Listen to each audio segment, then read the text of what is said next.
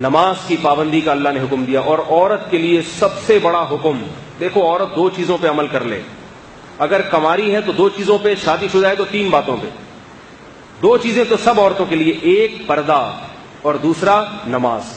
عورت کا دین بہت آسان ہے، اپنے جسم کی نمائش نہ کرے۔ بڑا فساد پھیلایا آج عورتوں نے، یہ جتنے زنا ہو رہے ہیں، جتنی طلاقیں ہو رہی ہیں، ان کے پیچھے کسی نہ کسی عورت کا ہاتھ ہوتا ہے۔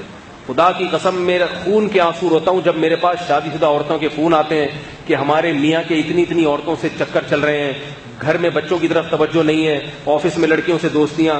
تو میں کہتا ہوں یہ دوستیاں لگانے والی، لفٹ کرانے والی کون ہے؟ وہ بھی تو عورت ہے نا، عورت ہی تو ہے جو آپ کا گھر خراب کر رہی ہے۔ اس کو اللہ نے گھر میں بیٹھنے کا حکم دیا، اس کو اللہ نے کہا کہ اگر گھر سے باہر نکلنا ہے تو یدنین علیہن من جلابیبہن، اللہ فرماتے ہیں اپنے اوپر چادریں لے کے، برقعے لے کے نکلو، اپنے جسم کی نمائش مت کرو، خوشبو لگا کے گھر سے باہر نکلنا عورت کے لیے حرام۔ تو خواتین اگر آج توبہ کر لیں اور اس کا اہتمام کر لیں کہ ہم پردہ کریں گے مکمل، اور پردہ اپنے چچازاد بھائی سے بھی ہوتا ہے، دیور سے بھی ہوتا ہے، جیٹھ سے بھی ہوتا ہے۔ اسلام میں عورت کی جس سے شادی ہوتی ہے صرف وہی اس کا شوہر ہوتا ہے۔ ہندوؤں کے ہاں جس سے شادی ہوئی وہ بھی ہے اور دیور بھی ہے۔ دیور کا مطلب پتہ ہے ہندی میں کیا ہے؟ آدھا شوہر، یہ ڈکشنری میں دیور کا مطلب ہے، نہیں آ رہی میرا خیال ہے۔ تو ان کے ہاں دیور سے پردہ نہیں ہے، سکھوں کے ہاں تو ہے ہی نہیں پردہ، سکھوں کے ہاں تو باقاعدہ ہے کہ یہ شوہر یہ بھی ہے اور یہ بھی ہے۔ تو یہ بغیرتی والی زندگی پسند کرتے ہو کیا؟ ہم اس کو قبول نہیں کرتے۔ ہمارے ہاں ہے کہ یہ شوہر ہے، اس کے علاوہ کوئی بھی نہیں ہے، وہ نہیں دیکھ سکتا اس کو۔ دیور کو اجازت نہیں ہے جوان بھابھی کے سامنے بیٹھ کے گپے مارے۔ سالیوں اور بہنوئی کے جو ہے نا کتنی بری خبریں آتی ہیں، ایسی باتیں کرتے ہوئے ممبر پہ جو ہے نا شرم اور حیا آتی ہے۔ برائی کا تذکرہ کرنا بھی برائی کی اشاعت۔ کتنے فون آتے ہیں خواتین کے کہ میرے میاں مجھ میں دلچسپی نہیں لے رہے، بہن میں دلچسپی لے رہے ہیں، میری سالیاں آ رہی ہیں گپے لگا رہی ہیں بہنوئی سے۔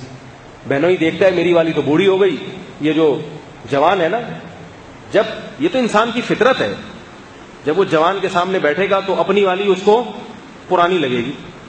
اس کے 10 بچے ہو گئے ہیں، وہ پرانی لگ رہی ہے، اور یہ کیا ہے بالکل نہیں، تو وہ ادھر توجہ جاتی ہے اس۔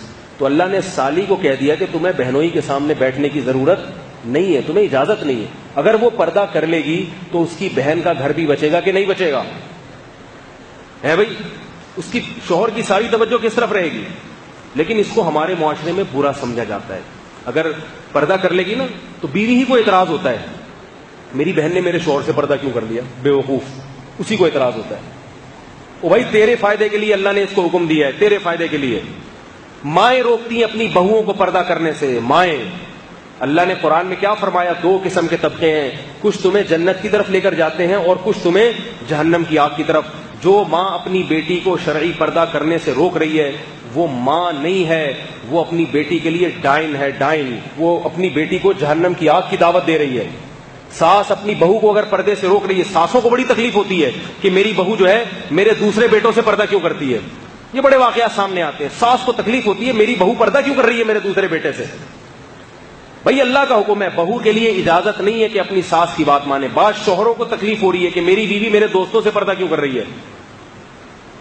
جس میں غیرت ہونی چاہیے تھی، جو پردے کی ترغیب دیتا، وہی پردہ اتارنے کی ترغیب دے رہا ہے۔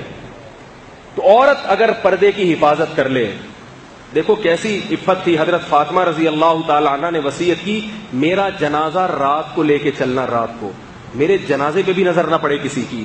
کہاں گئی وہ عفت، کہاں گئی وہ پاک دامنی، کہاں گئی وہ حیا؟ کیسے اپنے جسموں کی کپڑے دیکھو، لباس دیکھو، مختصر ہوتے چلے جا رہے ہیں۔ بچیوں کے لباس دیکھو، کچھ بھی نہیں ہوگا ان کے جسم پہ کپڑا، اور بیٹوں کو پورے کپڑے پہنائے ہوئے ہوں گے۔ ہاف آستینیں بیٹیوں کو پہنائی جاتی ہیں اور بیٹوں کو فل آستینیں۔ یہ کیا ہو رہا ہے ہمارے معاشرے کو، کہاں کو جا رہا ہے بھائی؟ ان چیزوں کو روکنے کی کوشش کریں۔ اگر ہم قرآن پر ایمان رکھتے ہیں، ہم مسلمان ہیں، حیا والے لوگ ہیں، انگریز نہیں ہے، انگریز نہیں ہے۔ ان کے ہاں سب حلال ہے، سب حلال ہے، درندے بن چکے ہیں وہ۔ ابھی دیکھو نا، ایک کلب میں کسی پٹھان نے جا کے فائرنگ کر دی، سب کو مار دیا۔ ہم جس پرست، میں نہیں کہہ رہا کہ وہ قتل کرنا جائز تھا یا اس نے صحیح کام کیا، میں یہ نہیں کہہ رہا، لیکن اس سے اس معاشرے کی گندگی کا تو پتہ چلتا ہے۔ کلب بنے ہوئے ہیں لڑکوں سے لڑکوں کی بدکاری کرنے کے لیے، تو کیا تم بھی یہ چاہتے ہو تمہارا کلچر بھی مستقبل میں ایسا ہو جائے؟ تو یاد رکھو، آج وہ جس اسٹیج پر پہنچے ہیں، اچانک نہیں پہنچ گئے. پہلے ان کا کلچر بھی ایسا بنا تھا جیسے آج ہمارا ہے, مگر ان کے بڑوں نے اس کلچر کو تبدیل کرنے کی کوشش نہیں کی. نتیجہ کیا ہوا؟ برائی ہوتے ہوتے وہاں تک پہنچ گئی ہے. اگر ہم نے اپنے گھروں پہ, اپنی بیٹیوں پہ کنٹرول کرنے کی کوشش نہیں کی, معاشرے میں کو پردہ کرانے کی کوشش نہیں کی, تو یاد رکھو ہمارا مستقبل بھی پھر ویسا ہی ہوگا.